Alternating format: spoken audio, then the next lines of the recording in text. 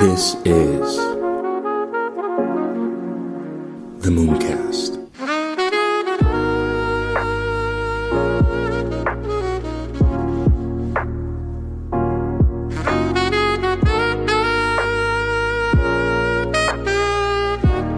So, Mark, welcome to the Mooncast, man.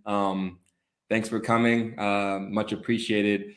I brought you on because I'm super curious about your company and what you've built. I saw your profile on LinkedIn, and yeah, I just wanted to, if you can just introduce yourself to the audience a little bit, to give a little bit of background about yourself, that would be awesome, so they can get a little bit about who you are, how you got to this point, why you started Cap EQ, and what kind of services that they offer. Yeah, absolutely. And firstly, thank you for your time, and I appreciate being on your podcast.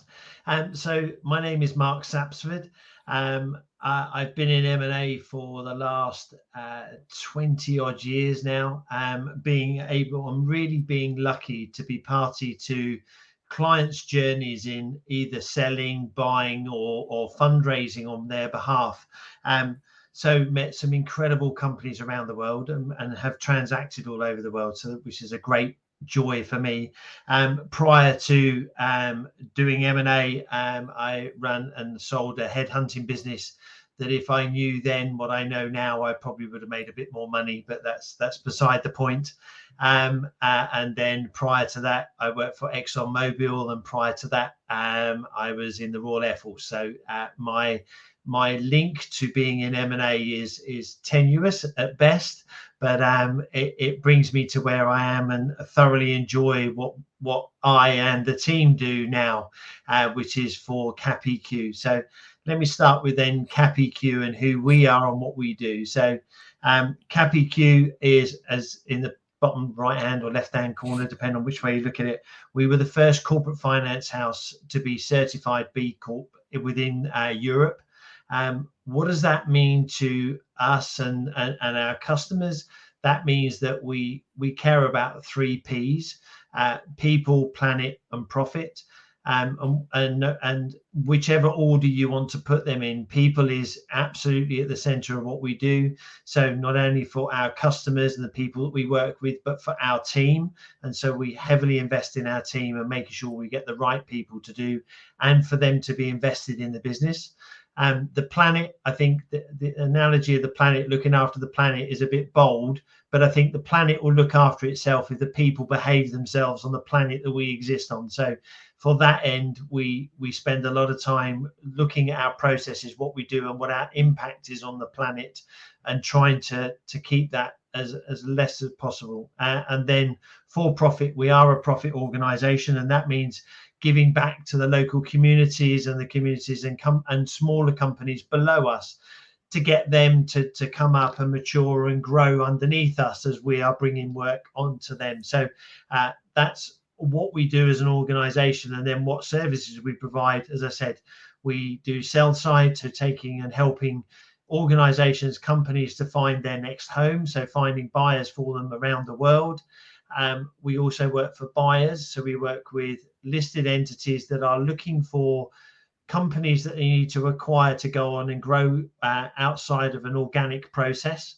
And then we do capital raising, Series A and above, which is predominantly 10 million and above, up to around about the 150 million mark.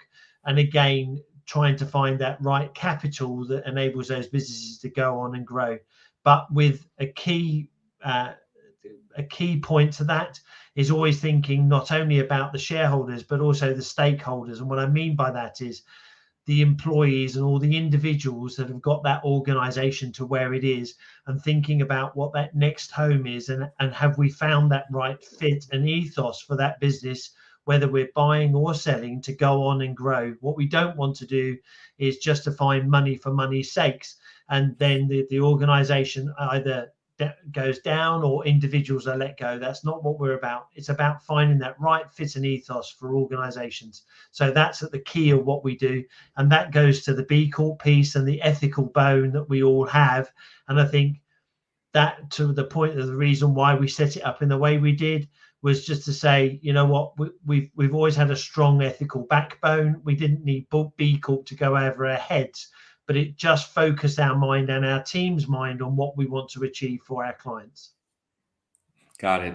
Yeah, you mentioned that you were doing headhunting before, and Yeah. could you walk a little bit through just specifically about that? And then yeah, because I didn't want you to. I know that we want to get more into the business, but No. I just want to just basically break down a little bit, just a little bit more of your experience and like what you learned from there and how you like took that experience and brought it to Cap EQ, and then we'll get back to Cap EQ because I have a lot of questions Yeah. about Cap EQ too as well. And that's a Yeah, really good question. So, yeah, in that sense, working within the logistics industry, so yes, identifying the high end individuals within the logistics community that hmm, were at the time, this was going to a point where logistics hubs, RDCs, regional distribution centers, were coming into their own, and the ability to identify if you're sending a truck from one destination to another and it is carrying full product from the regional distribution center and dropping it off at a center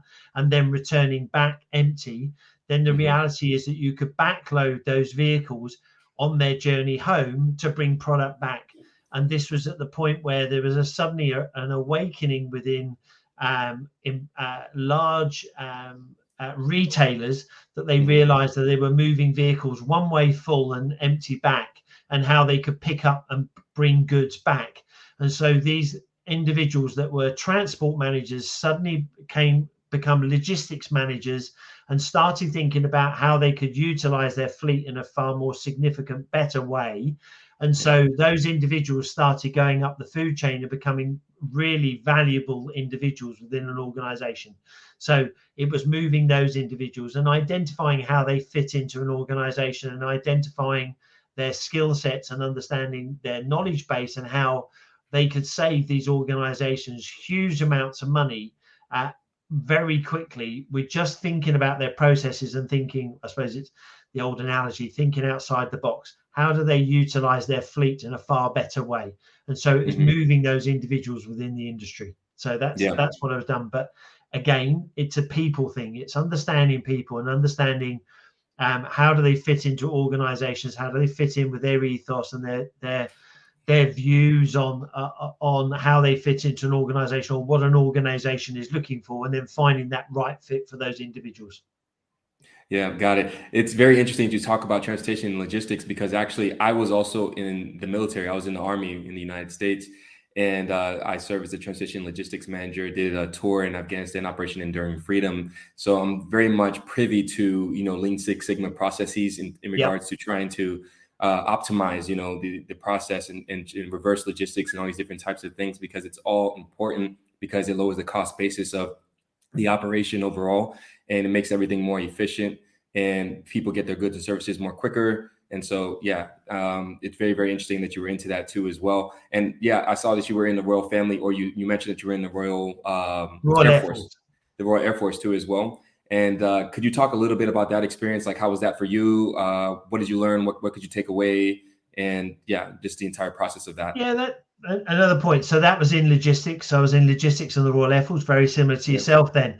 Um, yes, and I think what you learn through that process is, again, dealing with multiple individuals, whether it be maritime, so shipping agents, airlines, ground logistics, and moving equipment across continents. You learn how to navigate, getting equipment across borders and what have you, and dealing with multiple people that may have different drivers or different views on what success looks like, and working and navigating through that and getting the equipment there when required, if not before it is required, is probably the ideal situation. So I think it's just working through that, navigating how you're going to get your equipment there, getting everyone there on time, and again, it's like everything in life, it's about people. And I think that skill set is lost in our younger generation because they're burying themselves into electronic equipment, and that skill set is absolutely fundamental in everything that we do. So I think that skill set that I learned in the Royal Air Force and then has carried me all the way through to today is just learn to listen and just, use 2 ears and 1 mouth accordingly, Yes. and just get to know people. And I always use an old analogy that for me, strangers are friends, they just don't know it. So that's Yes. the way I look at it.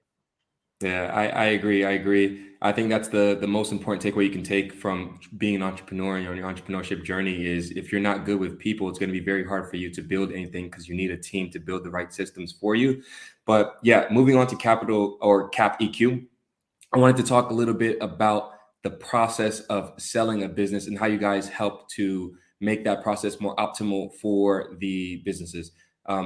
Walk us through basically, if I'm a business, I want to sell my business, I'm showing proven cash flow, and I'm looking for somebody to be able to. Are you guys kind of serving as the middleman in regards to finding the right person that's looking to buy the business that I'm selling, or how does that work? How does the entire process work? Yeah, really good question, and it's not a short answer, so I apologize if I go on for a bit. No, it's Um, awesome. It's awesome. in essence, we always say to business owners, when you set up your business, you should have a destination in mind. So whenever you set it up and you start from, one person in a garage, you need to think about what am I trying to achieve here? What is the end goal? Because if you start with that, then everything else, and you build the processes around a bigger company for the future.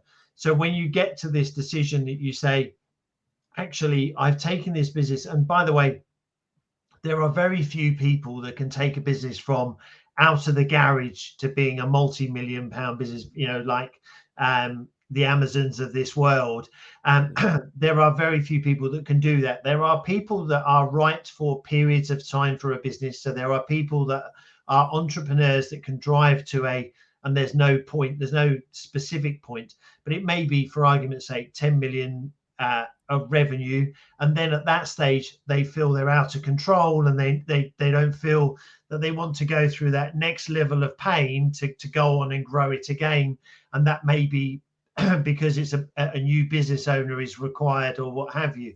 So for us, when that decision is made, it's by a business owner to say, actually, I want to take my company to market. I've identified that this is the right time. We would then sit down with them and then just pull their company apart a little bit to just go, is this the right time? Do you have the right information in place to be able to take your company to market? And if you do, then we would start a process. And what that process looks like is that we send a briefing document over. We get as much information as we can from our clients. They send us the information, and from there, we'll break it down into constituent parts. So what we're looking for is then a research part. So we'll do the research and identify where our client fits in a competitive market. So where does it sit, and who is his or hers competitors in an arena? We then look for next outer ring. Who are the competitors to those businesses, and how do they perform, and what are they looking for? And then the outer ring of what competitors are their competitors that compete with the competitors in the middle.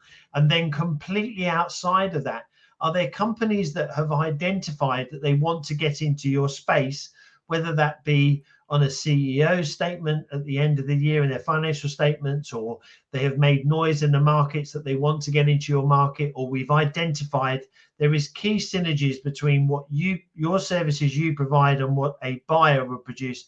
And so those 2 and 2 make 3, 4, 5, whatever. So we do that research, and we spend 3 weeks of desk research plus probably a couple more on top of just identifying who those businesses are. We do that piece of work. We also do an information memorandum, which is a brochure type thing, which is 20, 25 pages long. That is the keynotes to your business. How did it start? Where has it got to? What are the products and services it produces? Where does it fit in the market? What is the market demographic? And then the financial information about the business. And so that piece comes together. We then do all of that work plus the financial analysis. So we'll stress test the business to see what is the underlying financial capability of the business. So EBITDA, earnings before interest, tax, depreciation, and amortization. So that's a number that everyone across the world will understand, especially within the financial market, to understand what is the financial position, or at least the profitability of this business across the board.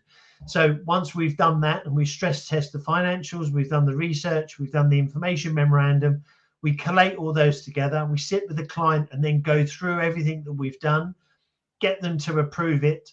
Once they've approved it, we then go to the market and we will go to every single person on the list that the client has approved us to go to. And what I mean by that is we'll walk them through and they may say, actually, that's maybe a competitor, or this one, I know there's some work going on at the moment, or we're competing on a tender. I don't want to go to these guys. Then that's fine. And then we go out and outwardly reach by phone, by email, in any way we can over the next 6 to 8 weeks, and bring as many as we can to the table to have discussions around after a non-disclosure is signed and getting the information memorandum, we can have open conversations on how the two companies will come together. So that process and that outreach, it takes us about 6 to 8 weeks to do. Once we've got people to the meetings, we enlighten them a lot more about the business. We then put a deadline in place for offers, get offers in, then look at the offers and compare against other offers, and then identify, going to my point earlier of fit and ethos. What is the right fit? What is the right ethos for this business? Do we think we've got the right home? And then it's about the value as well, because the money will follow. If you start talking about money from day one, the money goes down. If you talk about fit and ethos, the money will follow. So it's absolutely critical that you talk about trying to find that right home for your business. Do that, and the money follows. And then once we've got that point and we've said, okay, we agree, this is the party we want to go forward, then we go into exclusivity and due diligence, and then the legal process and the due diligence, which is a process of going through all the information we've disclosed and making sure it's accurate to say, yes, this is the business I thought it was. And then we go on to completion, drink champagne and have a nice day. However, what I've just described from start to end is about 9 to 12 months in its entirety. Oof, man, that's a strenuous process, man. I was going to ask you too as well. Are the clients that are coming to you, are they usually, do they have a predetermined list of already like businesses that they're looking to, that they want them to acquire their business? Or is it something that you guys are generating yourselves? Do you have a database? Is it a combination of the two? Do you guys work together on that? How are you guys basically scripting all of the companies that are needed for that particular vertical? You know, depending on which vertical that business is associated with, you know, it could be anything, you know, from engineering company to, you know, so on and so forth. So how do you basically decipher through that? Really good question. And so sometimes we have clients who come to us with an aspiration. So they have a company in mind that they've always loved and believed that would want to buy them, and that's the company they want to talk to. And in some instances, we'll not bang the table, but we'll say, no. All I want to do is go to this company because I've loved this company and they'll want to buy me. And we spend many, many hours debating that and saying, no, we won't go to one. We want to go to multiple, because it's only through that you're able to bring choice to the table and you're able to find that right fit that will drive value and drive structure. And then it enables us to maneuver and it may end up with that company that they always wanted to sell to, but we now know how they fit into the market and we know the market opportunity. So we're able to drive the structure a lot harder, whether it be their party or not. But it is a joint thing, but for us, we want to do our heavy lifting first. We want to be able to do our research alongside our client, but it is the value add that we bring to the table. It is the heavy lifting that we do that provides that wider audience. And also often clients are often so embedded in their organization, so just focused on what they're doing rather than what the market's doing, that they often don't see some of the obvious targets on the table and some that are completely off piste, for argument's sake, that when you bring them to the table, the clients, I don't even understand why they're at the table. And it's like, well, it's for this reason, and this is the reason why we brought them to the table. But it's absolutely key that we do it with the client and alongside the client. But I would say it's very rare that a client walks in with 150, 200 names. It's more about they may have 2 or 3 names in mind, and then we bring the other 80 to 120 other names that says, okay, and these are the people. And the interesting point is, and we see it multiple times, where a client will second guess our list and work through the list and go, well, they won't be interested, they won't be interested, they won't be. And it's like, no, stop. You don't know what you don't know. And the reason why we put them on there, and we always give our client, and my researcher hates me for doing this, but we always say to the client, question the researcher, questionly, push him, why are they on the list? Why do you think? And he'll tell you exactly the reason why. Okay, I found this article that refers to this, and this is the reason why they want to get into your space. That's what you've paid us to do. We enjoy doing this point of finding those companies. And so multiple times we'll sell to people, or our clients will sell to companies that they never even realized firstly existed, or let alone realize that they wanted to get into their industry. Yeah, that's amazing. And also, I wanted to ask you, is there a minimum amount of proven cash flow that's needed for a business to be acquired or to work with you guys? Like, is it $100,000 a month? Or like, how are you guys like looking in terms of revenue stream? If it's a tangible business that they're making enough, is it sustainable? How long have they been doing this? Do you guys take all these things into account when you're looking at businesses that they approached you? Maybe they've only been around for 12 months, but their revenue is around $100,000 every single month, something like that. How are you basically analyzing what's a good fit for your product market fit? Yeah, and again, another good question. So, interesting enough, I wish I had a crystal ball that sat in front of me that says this company is going to sell, that one will, that one will, that one won't, that one will, that one won't. Unfortunately, it's not an easy answer. It really depends on the sector that the client is working on. So if we're talking about, let's use an example. If it's SaaS revenue, and it's generating 100,000 a month, so it's annualized recurring revenue of 1.2 million. It says 100,000 a month, 1.2 million ARR, and is starting to get substantial traction, and it's 15 to 20% growth year on year, and it's starting to show that point. Absolutely, that is a company we would work with. However, conversely, if it's in manufacturing and it's generating 100,000, it's going to be a tougher ask. You got to 1.2 million of revenue. You're then looking at the profitability, probably not coming out of profitability. It's probably still negative, and so that's a tougher ask. So it really depends on industry by industry. I mean, we'll happily spend, half an hour helping a business owner to evaluate that point and saying, okay, do we think there's a market? In some instances, it could be as low as 100,000. In other instances, it will probably need to be, 4, 5, 6 million in turnover before it starts to make any sense to take a company to market. But it is predominantly market sector that they sit, which will enable them to get the traction. And the last thing for us is to take a company to market that we just know that it will be a tough ask.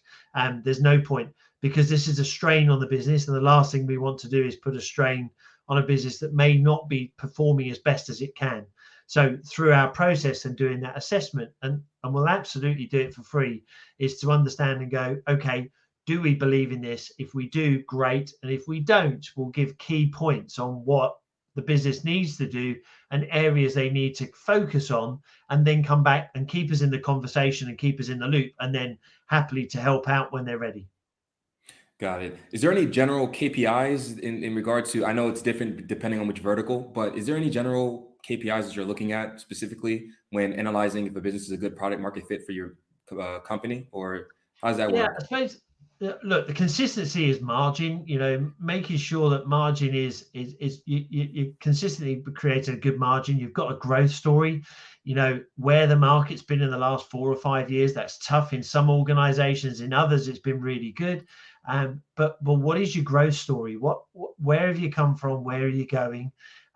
If you flatlined in the last year, why have you flatlined? Is it because you may have had product that you were going to sell that's moved to the right, as in moved into the next financial year?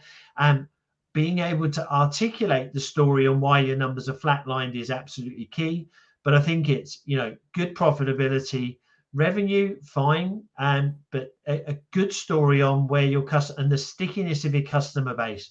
So how sticky is it? How long has it been with you? And is there capability of increasing that customer base, as in drilling through the customer base you have at this moment in time? So if you're selling one product to one customer, is there other products that can be sold to that customer? And that's where you're looking for those synergies between the purchaser and the seller, and identifying that the door is not closed, it's already open. You're selling product. Is there ability to sell other products? So I think it's key margin, good revenue, good profitability, but a good track record, and no underlying skeletons in the business. If there's issues that are in there, have you dealt with them, and have you dealt with them appropriately? Makes sense. And also in regards to the final number, when you're sitting at the negotiating table and you're, scrambling, looking through all these different businesses that are interested, how are you guys determining that final number? Do you have certain KPIs you're looking at again? What exactly are you guys looking at for that final number? And is it sometimes in which the client will take a lesser number because it's a better fit for the business acquisition? Or like, what kind of scenarios have you had? Can you just walk us through a little bit of the details of that?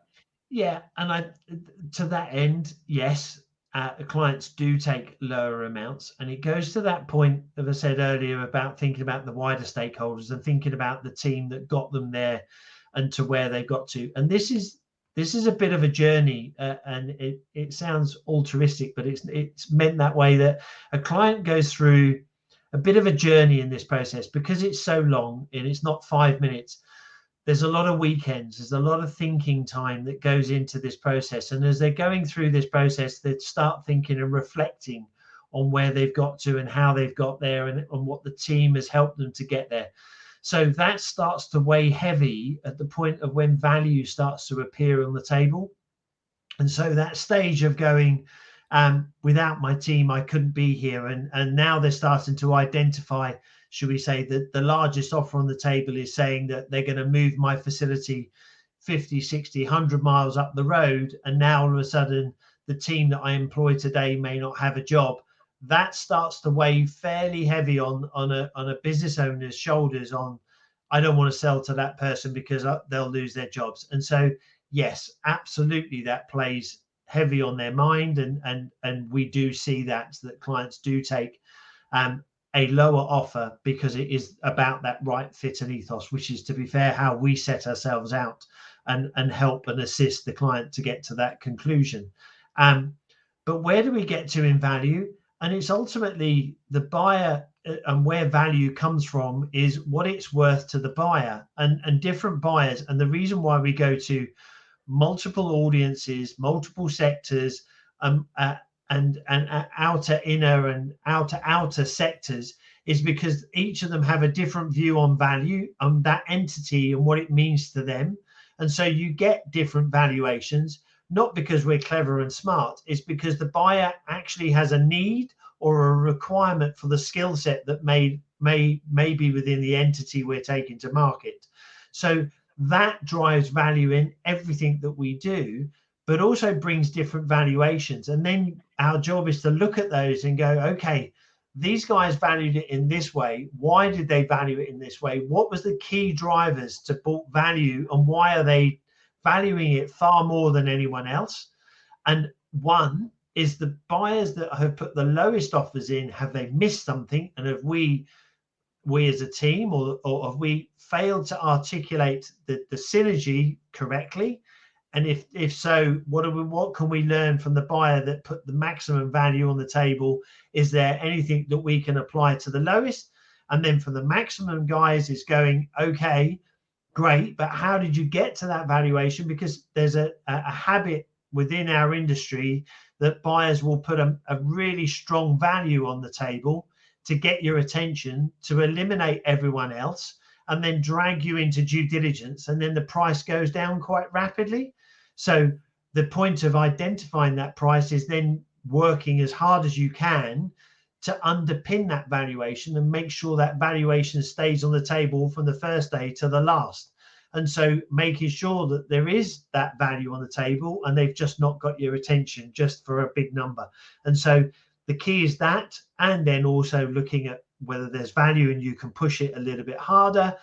But it's ultimately, it's just all you're trying to do is to maneuver the structure and the value to the point that is an acceptable position for the client and the buyer, but making sure that, you know, there's a bit of pain on either side, because these things only work if people feel a little bit of pressure, but also there's the right desire to do the right thing and get the right deal over the line. Because these things, you spend too long doing them and preparing them for them to go wrong because there's a misunderstanding or someone thought one thing or the other to value or to structure or what have you. So it's spending a lot of time making sure you're asking, and sometimes in essence, sometimes the stupid questions, just to make sure you've tested everything, structure it right, get it right, and then you go into due diligence with the confidence that you entered due diligence and you come out the back with the value you started off with, and you come out with the right partner in the future. Amazing. Yeah, no, it makes total sense. And also I wanted to ask you too, as well, from the buyer's side, I'm guessing that that's basically mainly you're dealing with venture capital, capital raising and stuff like that. Or how does that process work from the buyer's side? Are buyers coming to you and saying, hey, look, we have this much amount of capital, we want to allocate a percentage of it to specific SMEs, you know, we're looking at these particular industries. Can you, extrapolate that through the database? Like, exactly, can you just walk me through how that process works in reverse from the buyer's perspective? Absolutely. Very similar to the sell side, but we work for listed entities. So entities on the stock exchange that have identified that they don't want to grow organically and they want to buy through acquisition. And our remit is often this becomes the CEO has a vision of acquiring, and often it's a little bit of a drug in that instance to keep doing this, to keep buying and buying and buying and buying. And our view is that's great, but at some point in time, you've got to integrate all of these organizations within your team, and you've got to get them onto the same wavelength and structure. So for us, it's going and sitting down with buyers or organizations that want to acquire and identifying what they're acquiring for. Are they acquire hire, so they're acquiring the skill sets within an organization, or they require product or what have you in that organization. So for us is identifying what they're wanting to achieve, and then we go through the same process as we did in the sale process and identify the right entities that we believe are going to bring the right structure and value, and then start the whole process again, the same as the sale process, on behalf of a buyer. Got it. And do you help in regards to restructuring companies too as well in regards to this process, or is that just something that's not particularly in the product or services that you offer? Yeah, I wouldn't say we go into structure. We do help organizations. Part of the B Corp thing is to help organizations and just take a view. It's something that we don't charge for. It's for us, it's giving back and saying, look, if you're this organization and you're doing this, there may be some specific changes that we can do and have a look and help you. But that ultimately is for a future event, whether it be a sale or a buy or capital raise. We would help and just give that advice. But we don't spend weeks, months, years in organizations. For us, there are other organizations out there that do that kind of thing. For us, it is about either you're either buying, you're selling, or you're capital raising. And when we have a transactional support element, that helps organizations that may have a buyer at the table in the final phases and they need some assistance on the financial side or the negotiating side, and we'll parachute people in to help them do that process in that final phase to help them get it over the line. Got it. And is there any vertical that you're not willing to work in? I know you guys said that you guys have some sort of ethical and moral practices. You guys do? So I don't know. Is tobacco off? Is cannabis off? Off? Like what is off and what is on? Do you have like a list or? Yeah, and that's again really good question. So from a B Corp perspective, there are certain breweries in the world that are B Corps. So you would think if you were going to go down really ethically, you would say, the biggest drug or everything that we drink is one of those things that should be ruled out, and it's not by B Corp. The point is, we could list off the ones that, as you rightly say, gambling, weapons, all of those that are clear in front of the mind. Others that are seedy in that sense that we wouldn't go near, and we can reel those off. So in essence, we work with every business. I think it's just there are the ones that we would all come straight to mind and go, there's no way you could do that and ethically do it, and we wouldn't. But I think there's nothing off piece other than the big ones you've just reeled off, and there's probably umpteen that will come to front of mind. But I think it's just going through and making sure that we know who the entity we're working with, and also because we are FCA regulated, we have to be clear on who we're working with and who we're working for. Got it. And do you guys also deal with, in regards going back to the raising of capital, venture capital and stuff like that? So say, for instance, I'm a guy, I have an idea and I see, Cap EQ and I see they have venture capital and they have this sort of networks and stuff like that, but I have the ability to facilitate the idea. I already have the team. I've already done the market research. I already know what demographic I'm going to target and all these different types of things. And, I've basically put together a pitch deck. And, is it possible to go to Cap EQ and ask like, hey, look, I got this pitch deck, I got this great idea, I got the team, I got the demographics are going to attack and all these different types of things. Can you help me raise capital to get this thing off the ground? Okay, so no is the answer. What we can do, though, is help and have a look at what you're trying to do and look at how your pitch deck is trying to go out to the market and give you some ideas of how you might need to change your pitch deck to get people's attention. And by the way, the venture capital market is really tough and has been tough for a while. So it's a tough ask. But ultimately, we come in at Series A and above, which is often after angel investors, family network, whatever. You're then going to raise significant value. And at that stage, you would have started to get some revenue within your business, started to prove concept, and now because we will take you to institutional investors. So that and above. So educated investors and above is where we sit in. We don't go down to that level you're just describing, although we do help businesses bring us pitch decks and say, hey, listen, I'm about to go. This is my concept. This is where I believe value may be, and this is what I'm taking to market. And we'll look at it as a team and go, okay, I think you need to change this or tweak this or with our experience across the world of doing this. But happy to do that. But for us to be able to provide the service, we can't go that low, and we don't go that low. Got it. And in regards to partnerships, are you guys partner with anyone strategically or anything like that? Because I didn't see anything from the research I did. Yeah, so partnering, we've got international partners that we work with. So we have offices in Amsterdam, in Netherlands, in Poland, in South Africa, Spain, and where else? Oh, in Lithuania. Lithuania is one of our offices. So we work with those partners. That gives us a base and also a colloquial level to be able to get that message across if we need to get across into Europe. And I lived and worked in New York for 3.5 years, working on Wall Street and working with an investment bank in New York, and then across the whole of the US. So I've got a network of people that I know over the years across the US. So that helps us to be able to get across the pond or vice versa. Awesome. Yeah. So that's basically all the questions that I had. Do you have anything? Where can people find you on the internet? Yeah. So Cap EQ, so www.capeq.com. We're also on LinkedIn. So capeq.com on LinkedIn.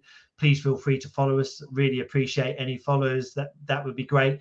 And just to be clear, if you are a business owner or you're thinking about anything within anything I've described, you'll see that we give a lot back. So every day we post and we deliver messages and things you need to think about as a business owner and what have you. There is a huge amount of content there. It's done for one purpose, and one purpose only, is to demystify the M&A process that everyone goes through, to help businesses. And look, if you ever need help, you know where we are. But we'd love to, we put enough on there to educate you, rather than just giving you very cold answers on, yes, you need to do this, yes, you need to do that. It is, here's the information, and if you're going to do it on your own, these are the things you need to think about. So please feel free, follow us, and it would be great to have you as part of our following network. Awesome. Thank you so much, Mark. Appreciate your time, man, and peace.